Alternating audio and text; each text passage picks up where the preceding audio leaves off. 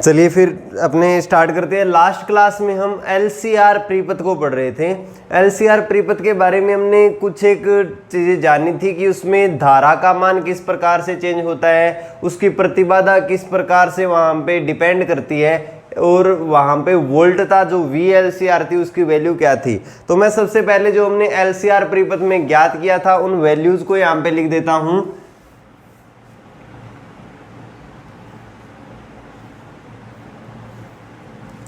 LCR प्रीपथ में हमने find किया था VLCR is equal to V0 sine omega t। Second term में हमने फाइंड किया था ZLCR is equal to under root R square plus XL minus XC का होल स्क्वेयर।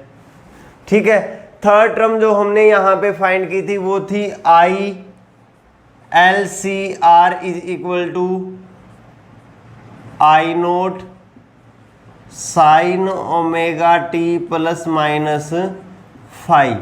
I0 की वैल्यू हमने वहां पे लिखी थी, I0 इज इक्वल टू हमारे पास था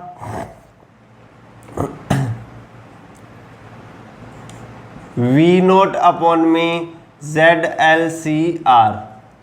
और लास्ट टर्म की जब अपने बात करते हैं यहाँ पे लास्ट चीज हमने फाई की वैल्यू यहाँ पे लिखी थी, phi is equal to tan inverse XL minus XC upon में R।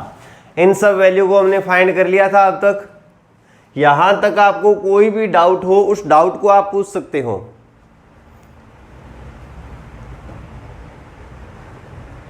यहां तक आपको कोई भी डाउट हो उस डाउट को पूछ लीजिए।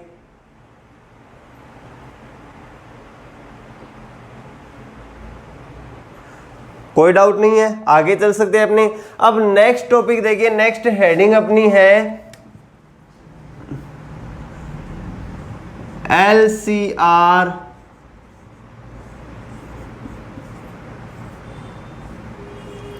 अनुनादी परिपथ।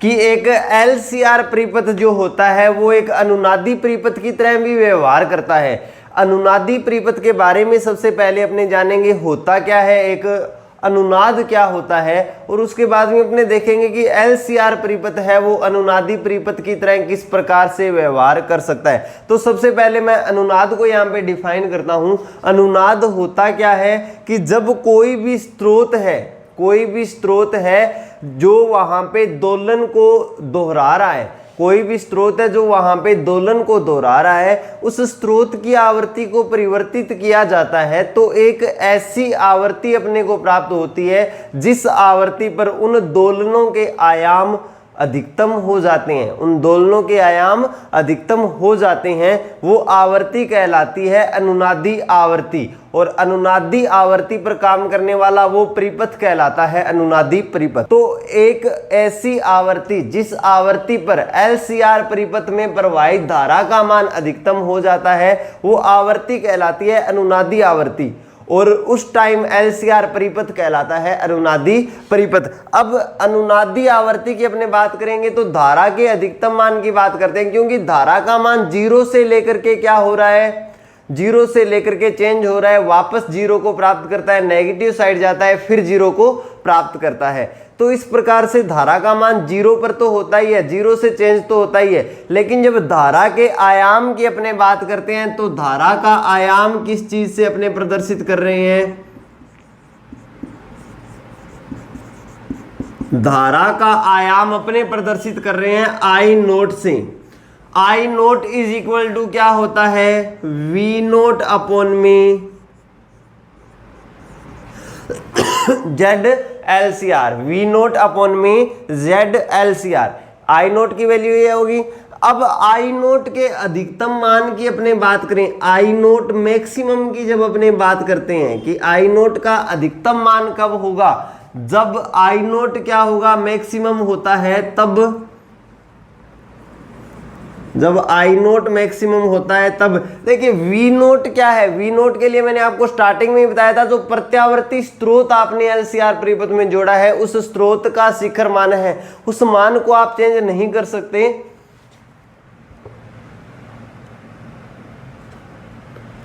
हाँ कमल कुमार, यही वो एलसी दोलन की मैं यहाँ पे बात कर रहा हूं जिनसे एसी को बिल्ड किया जा सकता है, उन्हीं एलसी दोलनों की अपने बात कर रहे हैं एग्जैक्टली। देखिए आई नोट मैक्सिमम कब होगा, देखिए वी नोट का मान हम कन्वर्ट नहीं कर सकते, इसलिए हम क्या कर सकते हैं, जेड एलसीआर की बात करेंगे। तब क्या होगा, जेड एलसीआर बराबर होगा जेड मिनिमम के। जब आई नोट का मान मैक्सिमम की अपने बात करेंगे उस टाइम जेड एलसीआर का मान क्या होगा, मिनिमम होगा, न्यूनतम मान को प्राप्त करेगा। अब न्यूनतम मान किसका, जेड एलसीआर का, चूंकि जेड एलसीआर कितना है, जेड एलसीआर हमारे पास है under root R square plus X L minus X C का स्क्वेयर। जेड एलसीआर का मान है हमारे पास ये under root R square plus X L minus में एक्स सी का स्क्वेयर। अब देखिए अंडरूट में टर्म है, इसका स्क्वायर कीजिए चाहे इसका स्क्वायर कीजिए, आपके पास वैल्यू चेंज नहीं हो सकती। एलसीआर एक फिक्स परिपथ है, आप एल सी और आर की वैल्यू को चेंज नहीं कर सकते, तो वहां पे चेंज होती है केवल और केवल बाह्य स्रोत की आवर्ती। आवर्ती चेंज होने पर आर का मान क्या रहता है वहां पे, चूंकि आर क्या होता है, आर होता है कांस्टेंट। प्रतिरोध ओम के नियमानुसार क्या होता है, एक प्रकार का कांस्टेंट होता है, आर की वैल्यू कन्वर्ट नहीं हो सकती, तब जेड एलसीआर की मिनिमम वैल्यू कहां पर प्राप्त होगी, आर की वैल्यू कांस्टेंट है तो जेड एलसीआर बराबर होगा जेड मिनिमम के, यदि एक्स एल माइनस एक्स सी की वैल्यू कितनी हो जाए, जीरो हो जाए। एक्स एल माइनस एक्स सी की वैल्यू कितनी हो जाए, यहां पे जीरो हो जाए, तब जेड एल सी आर की वैल्यू क्या होगी, मिनिमम हो जाएगी, और मिनिमम वैल्यू कितनी हो जाएगी, बराबर हो जाएगी आर के। एक्स एल माइनस एक्स सी की वैल्यू जीरो का मतलब है एक्स एल बराबर हो जाए एक्स सी के, एक्स एल बराबर किसके हो जाए, एक्स सी के। अनुनादी परिपथ की जब अपने बात करते हैं तो हम बात करते हैं धारा के आयाम के अधिकतम मान की। धारा का मान अधिकतम तब होगा जब जेड एल सी आर का मान क्या होगा, मिनिमम होगा, और जेड एल सी आर का मान मिनिमम कितना हो सकता है, कम से कम आर हो सकता है, क्योंकि आर का मान यहां पे परिवर्तित नहीं किया जा सकता आवर्ती को बदल करके। आर का मान परिवर्तित नहीं किया जा सकता, यानी ये जो टर्म है इसका मान न्यूनतम मान जीरो हो सकता है, क्योंकि एक स्क्वायर की टर्म है, तो मैंने इसका मान न्यूनतम ले लिया कितना, जीरो। तो अनुनादी परिपथ के लिए आवश्यक शर्त क्या आ गई, एक्स एल बराबर एक्स सी के आ गई। प्रत्यावर्ती वोल्टता स्रोत की वह आवर्ती, प्रत्यावर्ती वोल्टता स्रोत की वह आवर्ती जिसके कारण प्रेरकीय प्रतिघात और धारितीय प्रतिघात है, दोनों का मान एक दूसरे के बराबर हो जाता है, उस आवर्ती को अपने कहते हैं अनुनादी आवर्ती। तो अनुनादी आवर्ती पर क्या होगा, अनुनादी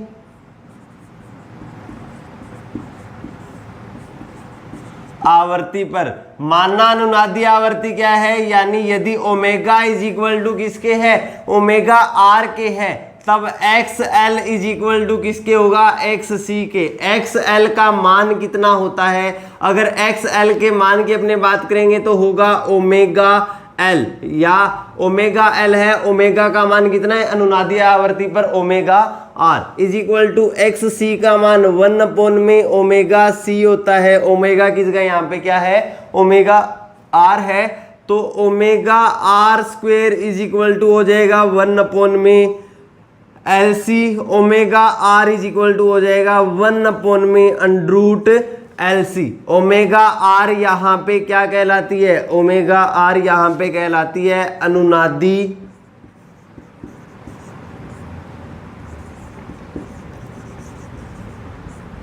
कोणीय आवर्ती। ओमेगा आर यहाँ पे क्या कहलाएगी, अनुनादी कोणीय आवर्ती। वी नो दैट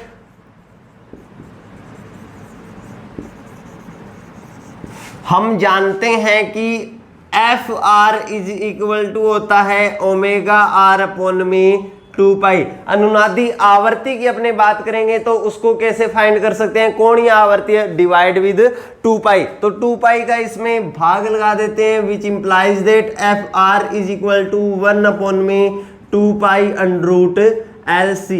तो हमारे पास ये क्या आ जाता है, किस चीज की वैल्यू आ जाती है, रेजोनेंट फ्रीक्वेंसी या अनुनादी आवर्ती। ये आवर्ती क्या कहलाती है, अनुनादी अनुनादी परिपथ में इस अनुनादी आवर्ती का एक विशेष महत्व है। उस विशेष महत्व की अपने बात कर लेते हैं, क्या महत्व होगा यहाँ पे, तो उस महत्व की जब अपने बात करेंगे तो अनुनादी आवर्ती पर क्या होगा,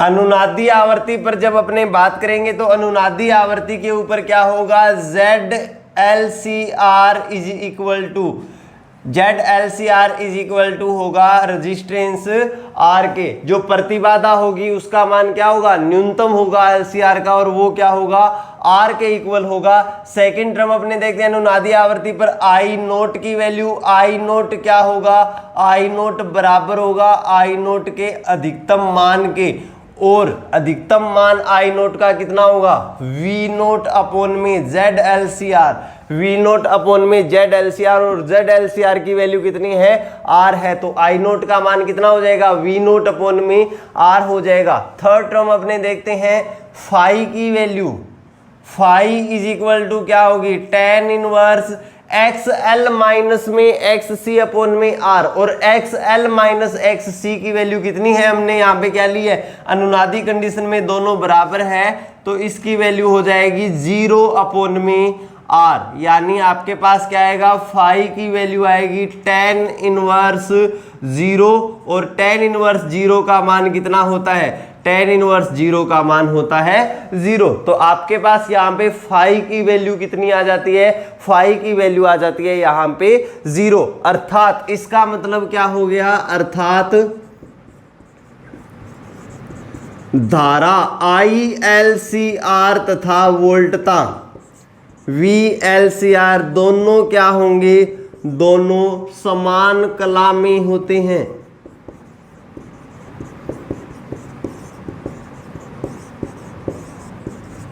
दोनों के दोनों क्या होंगे, सेम फेज में होंगे, समान कला में होंगे। ये परिपथ कहलाता है अनुनादी परिपथ। यहां तक आपको कोई भी डाउट हो तो वो डाउट आप पूछ सकते हो।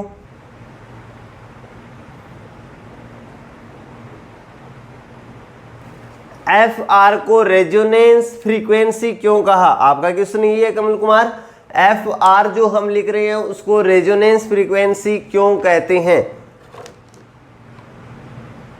ओके, FR को रेजोनेंस फ्रीक्वेंसी क्यों कहते हैं, अनुनादी आवर्ती जब हमने 11th क्लास में दोलन गति वाला चैप्टर जब पढ़ा था तो उसके अंदर हमने एक टर्म को पढ़ा था अनुनाद। अनुनाद होता क्या है, देखिए जो FR ओमेगा R इनकी जब अपने बात करते हैं तो ये किस चीज की आवृत्ति है, LCR परिपथ के साथ जुड़े हुए उस बाह्य स्रोत की आवृत्ति है जो दोलन को क्या करते हैं, प्रेरित कर रहे हैं, अनंत काल तक चलाए रखने में हमारी सहायता करते हैं। मैं आपको यहाँ पे बेसिक टर्म की ओर जाता हूं तो बेसिकली होता क्या है कि एक बार एक संधारित्र को चार्ज कर दीजिए, फुल चार्ज करके आप क्या कर दीजिए, एक प्रेरकत्व के साथ जोड़ दीजिए। संधारित्र प्रेरकत्व पर क्या होगा, डिस्चार्ज होगा। संधारित्र प्रेरकत्व पर क्या होगा डिस्चार्ज होगा। संधारित्र जब प्रेरकत्व के ऊपर डिस्चार्ज होगा तो प्रेरकत्व के अंदर क्या हो जाएगा, चुंबकीय फ्लक्स उत्पन्न हो जाएगा, एक चुंबकीय क्षेत्र उत्पन्न हो जाएगा। अब उसके बाद क्या होगा, संधारित्र फुली डिस्चार्ज हो जाएगा, तब धारा का मान शून्य होगा। धारा का मान वहां पे शून्य होना चाहेगा, लेकिन प्रेरकत्व क्या करेगा, उन कारणों का विरोध करेगा जिनके कारण धारा शून्य हो रही है। इसके कारण वो क्या करेगा, वो प्रेरक तो अपने अंदर संचित चुंबकीय क्षेत्र के कारण वहां पे प्रेरित विद्युत वाहक बल उत्पन्न कर देता है, और उसके अंदर जो संचित ऊर्जा है, उसके अंदर जो संचित ऊर्जा है 1/2 Li², उस ऊर्जा को वहां पे वो क्या करता है, उस ऊर्जा को संधारित्र को स्थानांतरित कर देता है। संधारित्र वापस चार्ज होने लगता है और प्रेरकत्व के अंदर जो चुंबकीय क्षेत्र के रूप में ऊर्जा संचित होती है वो ऊर्जा कम होने लगती है, घटने लगती है। इस प्रकार से संधारित्र दोबारा चार्ज हो जाता है और वहीं पर प्रेरकत्व के अंदर संचित ऊर्जा है वो क्या हो जाती है, खत्म हो जाती है। वापस फिर क्या होता है, संधारित्र प्रेरकत्व पे डिस्चार्ज होता है। इस प्रकार से चार्जिंग डिस्चार्जिंग की, संधारित्र की ये चार्जिंग डिस्चार्जिंग जो है वो कहलाती है LC दोलन। लेकिन जो परिपथ का प्रतिरोध है, जो वायर अपनों ने यूज किए है, उन वायर्स के कारण और कोई भी चीज आदर्श नहीं होती, इस कारण से ये दोलन अनंत काल तक नहीं चलते। इन दोलनों का आयाम धीरे धीरे क्या होता जाता है, घटता जाता है, कि संधारित्र जो है वो दोबारा उस अवस्था तक चार्ज नहीं हो पाता जिस अवस्था तक वो प्रारंभ में चार्ज हुआ था। उतना आवेश वहां पर नहीं आ पाता, उस कारण वो उतनी धारा भी वहां पे जनरेट नहीं कर पाता। इसलिए वहां पे दोलनों का आयाम क्या होता जाता है, धीरे धीरे घटता जाता है। दोलनों का आयाम धीरे धीरे घटता जाता है, इसलिए वो दोलन क्या होते हैं, जो आदर्श दोलन होने चाहिए थे वो अवमंदित हो जाते हैं। अब उन अवमंदित दोलनों को अनंत काल तक चलाने के लिए हम क्या करते हैं, एक बाह्य परिपथ जोड़ देते हैं। हम एक बाह्य परिपथ जोड़ देते हैं और वो बाह्य परिपथ क्या काम करता है, वो बाह्य परिपथ संधारित्र को चार्ज करने का काम करता है, ताकि वो दोलन क्या करने लगे, अनंत काल तक चलने लगे। ठीक है। अब यहां पे जो इस कंडीशन में अपने बात करते हैं, जब संधारित्र और प्रेरकत्व को श्रेणी क्रम में जोड़ा गया था, तो इस कंडीशन में वो बाह्य प्रत्यावर्ती स्रोत जो था, वो स्रोत ही क्या काम कर रहा था, वो स्रोत ही वहां पे संधारित्र को प्रेरित कर रहा था चार्जिंग और डिस्चार्जिंग के लिए। संधारित्र को प्रेरित कर रहा था वो बाह्य स्रोत। अब वो बाह्य स्रोत जो प्रेरित कर रहा था उसकी कुछ ना कुछ आवृत्ति थी। उस आवृत्ति का मान हम अलग अलग मान पर परिवर्तित करके देखते हैं, तो उनके बीच में एक आवृत्ति हमें ऐसी प्राप्त होती है, उनके बीच में एक आवृत्ति हमें ऐसी प्राप्त होती है जिस आवृत्ति के ऊपर जो परिपथ में प्रवाहित धारा है उसका मान अधिकतम हो जाता है। और अनुनाद को जब अपने परिभाषित करते हैं तो बाह्य स्रोत की आवृत्ति का मान परिवर्तित करने पर हमें एक ऐसी आवृत्ति प्राप्त होती है जिस पे दोलनों का आयाम अधिकतम हो जाता है। उस दोलन को अपने क्या कहते हैं, उस कंडीशन को अपने कहते हैं अनुनाद की अवस्था। और उस अनुनाद की अवस्था के लिए आवश्यक जो आवृत्ति होता है उस आवृत्ति को अपने कहते हैं अनुनादी आवृत्ति। अब यहां पर भी वही अनुनाद की अवस्था हमें प्राप्त हो रही थी। यहां पर जब अपने बात करेंगे ω/R फ्रीक्वेंसी के ऊपर हमें धारा का मान अधिकतम प्राप्त हो रहा था, यानी वही अनुनाद की अवस्था प्राप्त हो रही थी। तो इस आवृत्ति ω को हमने क्या बोल दिया, अनुनादी आवृत्ति बोल दिया। और अनुनाद को यहाँ पे प्रदर्शित करने के लिए हमने ω/R से इसको शो किया। Is that clear?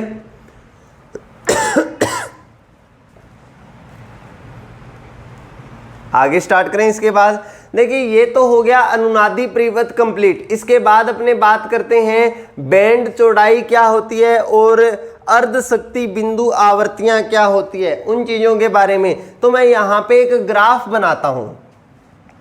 देखिए ग्राफ किन किन के बीच में है,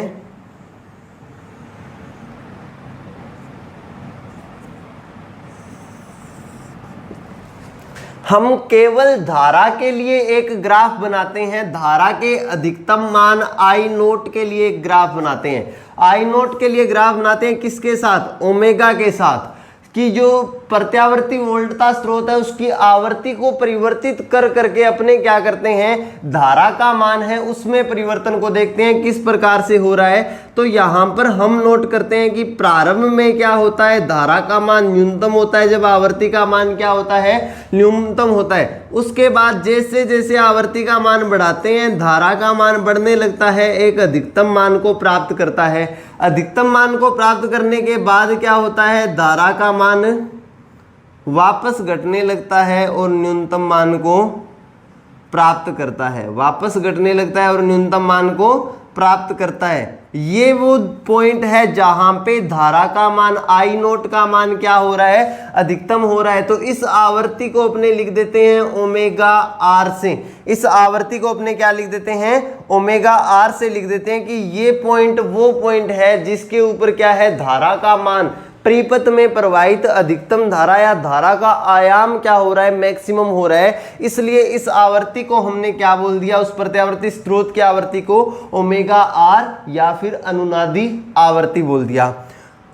अब इस कंडीशन को मैं थोड़ा सा यहां पे क्या करता हूं, मॉडिफाई करता हूं। मॉडिफाई किस प्रकार से करता हूं कि मैंने अभी तक यहां पे बात की आई नोट की, यहां पे अभी तक मैंने बात की केवल आई नोट की। अब मैं यहां पे शक्ति को लेकर के आना चाहता हूं कि एक पूरा चक्कर जब कंप्लीट करता है तो औसतन उसकी जो शक्ति होती है परिपथ की, वो शक्ति क्षय किस प्रकार से होता है। जहां पे धारा का मान अधिकतम होगा उस पॉइंट पे ऑब्वियस सी बात है कि आई स्क्वायर आर का मान भी क्या होगा, अधिकतम होगा, शक्ति क्षय का मान भी क्या होगा, अधिकतम होगा। तो अनुनाद की इस कंडीशन के ऊपर यहां पे शक्ति क्षय भी क्या होता है, शक्ति क्षय अधिकतम होता है। इस कंडीशन में शक्ति क्षय क्या होता है, अधिकतम होता है। उस शक्ति क्षय की अपने बात करते हैं कि ये तो है अधिकतम मान, उसके बाद में एक अपने बात करते हैं कि यहाँ पे शक्ति क्षय का मान अधिकतम है। उसके बाद में अपने एक पॉइंट की बात करते हैं, एक ऐसी धारा अपने को यहां पे प्राप्त होती है जिस धारा के ऊपर शक्ति क्षय का मान, यहां पे तो P क्या है, मैक्सिमम है।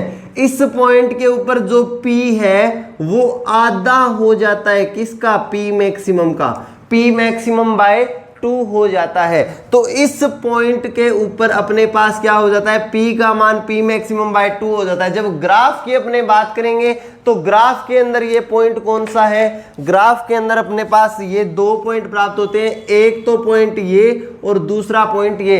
इन दोनों पॉइंट के ऊपर क्या होता है, जो शक्ति क्षय होता है वो हमारा न्यूनतम हो जाता है। तो इन दोनों पॉइंट के सापेक्ष जो प्रत्यावर्ती स्रोत की आवर्तियां होती है, इन दोनों पॉइंट के सापेक्ष जो प्रत्यावर्ती स्रोत की आवर्तियां होती है, इसको मैं लिख देता हूं ओमेगा 1, इसको मैं लिख देता हूं ओमेगा 2।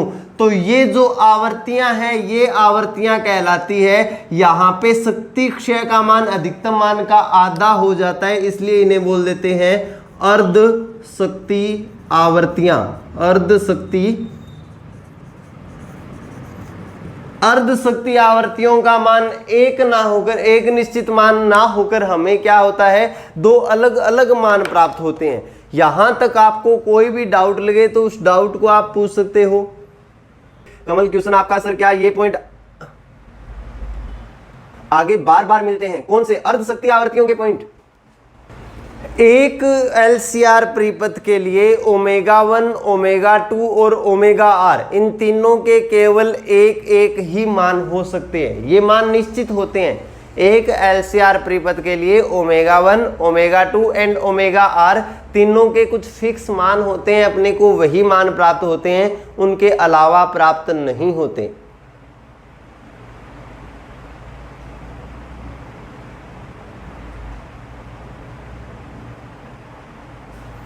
एनीथिंग एल्स जो आप पूछना चाहो।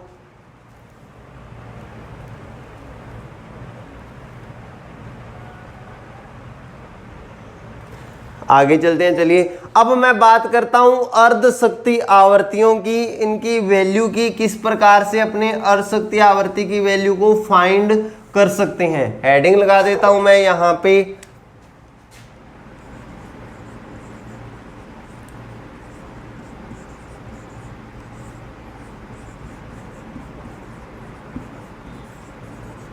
अर्ध शक्ति बिंदु आवर्तियां, ठीक है। हाफ पावर फ्रीक्वेंसी क्या होता है, देखिए प्रत्यावर्ती धारा है, प्रत्यावर्ती धारा के लिए अगर मैं बात करूं शक्ति के अधिकतम मान की, वी नो दैट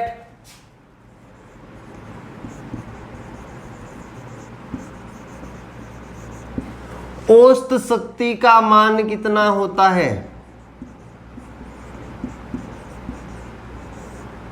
अगर अपने प्रत्यावर्ती वोल्टता स्रोत की जब बात करेंगे तो प्रत्यावर्ती वोल्टता स्रोत के लिए हम जानते हैं कि औसत शक्ति P एवरेज का मान कितना होता है? I square RMS multiply with impedance Z।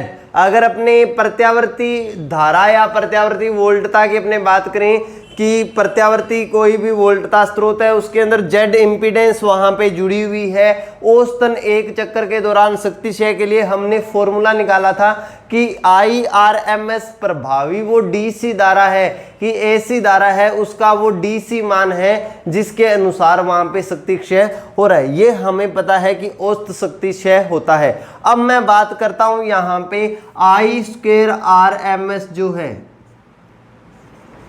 या IRMS जो है उसके मान के अधिकतम मान की बात करता हूं कि उसका मैक्सिमम मान कितना हो सकता है। IRMS मैक्सिमम की अपने बात करते हैं तो हमें पता है IRMS क्या होता है? I note by √2। IRMS का मैक्सिमम मान कितना होता है? I note by √2। अब I नोट का जो मैक्सिमम मान होगा उसके ऊपर डिपेंड करेगा IRMS का अधिकतम मान। तो IRMS मैक्सिमम कितना हो जाएगा? I note by √2 maximum. दो चीज आई थिंक आपके क्लियर हो गई होगी। अब देखिए मैं बात करता हूं P मैक्सिमम की। P maximum is equal to होता है I square RMS maximum multiply with Z का मान मैक्सिमम मिनिमम होगा। यहाँ पे इस कंडीशन में कितना होगा? R होगा। Z का मान यहाँ पे मिनिमम होता है और कितना होता है? R होता है। IRMS स्क्वायर की वैल्यू अपने यहां से पुट कर सकते हैं। IRMS स्क्वायर की वैल्यू अपने यहां से पुट कर सकते हैं। कितना मान आएगा अपने पास? चलिए जितना भी आए IRMS मैक्सिमम का मान हमारे पास जितना भी आए यहां से अपने को कुछ मान प्राप्त होगा।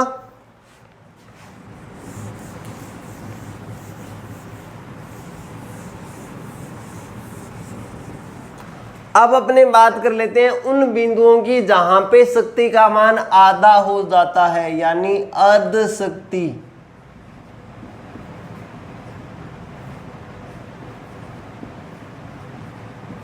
बिंदु पर अर्ध शक्ति बिंदु की जब अपने बात करते हैं तो हमारे पास P का मान कितना हो जाता है? P maximum bye 2। P का मान कितना हो जाता है? P maximum bye 2। अर्ध शक्ति बिंदु पर P का मान हमारे पास हो जाता है P मैक्सिमम बाय 2। P का मान वैसे होता क्या है? I स्क्वेयर IRMS का स्क्वेयर मल्टीप्लाई विद वहां पे इम्पीडेंस जो है IRMS का स्क्वेयर मल्टीप्लाई विद वहां पे जो इम्पीडेंस है R, और P मैक्सिमम का मान हमारे पास यहां पे है कितना? IRMS मैक्सिमम का square multiply with R divide with 2। P का मान होता है IRMS का स्क्वेयर R और P मैक्सिमम का मान होगा IRMS मैक्सिमम का स्क्वेयर R अपॉन में 2। इन दोनों को कंपेयर करेंगे तो IRMS का मान हमारे पास कितना आता है? पॉइंट, या फिर आप इसको अनरूट करेंगे तो आप लिख सकते हो IRMS मैक्सिमम अपॉन में √2। आप लिख सकते हो 0.707 IRMS मैक्सिमम। ये मान किसका प्राप्त होता है? IRMS का मान प्राप्त होता है। अब देखिए ये मान हमने कौन सा निकाला है? जो हमने धारा का मान निकाला है वो कौन सा निकाला है? मैं ग्राफ बनाता हूं वापस से।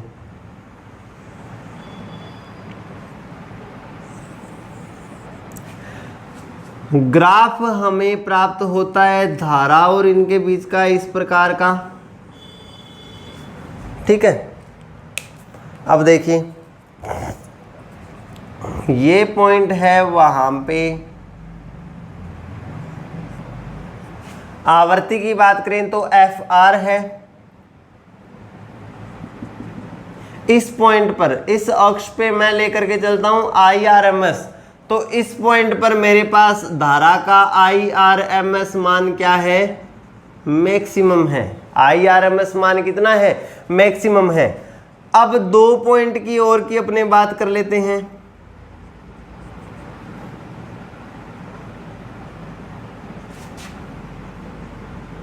दो पॉइंट और की बात कर लेते हैं। इस पॉइंट पर P क्या है, मैक्सिमम है, और इन दोनों पॉइंट पर P क्या है, P बराबर है P मैक्सिमम बाय 2। जब P बराबर P मैक्सिमम बाय 2 हो तो IRMS का मान क्या है, अधिकतम मान का कितना हो जाएगा, 0.707 मल्टीप्लाई विद IRMS मैक्सिमम।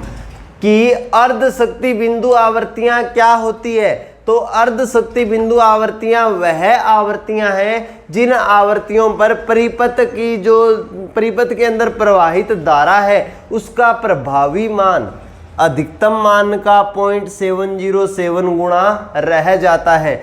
इस आवर्ती को मैंने लिख दिया है F1, इस आवर्ती को मैंने लिख दिया है F2। तो F1 और F2 के बीच का अंतर यानी F2 माइनस में F1, इस अंतर को अपने क्या बोल देते हैं, बैंड चौड़ाई या बैंड विड्थ, बैंड चौड़ाई। यहां तक आपको कोई भी डाउट हो तो उस डाउट को पूछ लीजिए।